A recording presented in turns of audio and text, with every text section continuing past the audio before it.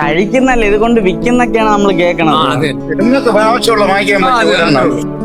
നമ്മള് കഴിക്കാൻ നിവർത്തിയില്ലാത്തവർക്കാണ് കൊടുക്കുന്നത്. ആരോഗ്യ സുഖത്തുള്ളവരാണെന്നുണ്ടെങ്കിൽ അവര് നടന്നാലും ജോലി ചെയ്താലും വാങ്ങിച്ച് കഴിക്കൂലേ. നമുക്ക് നമ്മൾ ഈ വഴിക്ക് വരത്തേ ഇല്ല.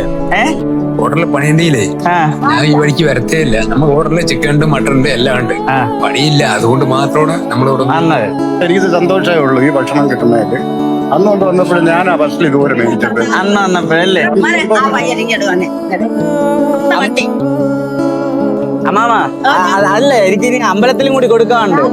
അവരെ ഓട്ടോ ഓടിയിട്ടാലും കഴിക്കൂലേ?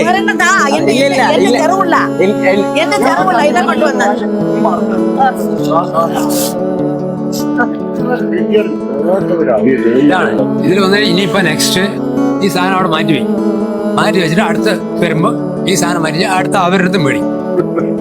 2-3 ടീം വരും അല്ലയാ. 2-3 ടീം വരും. ഇതവിടെ മാറ്റി വയ്ക്കും. ഇപ്പൊ കഴിക്കില്ല.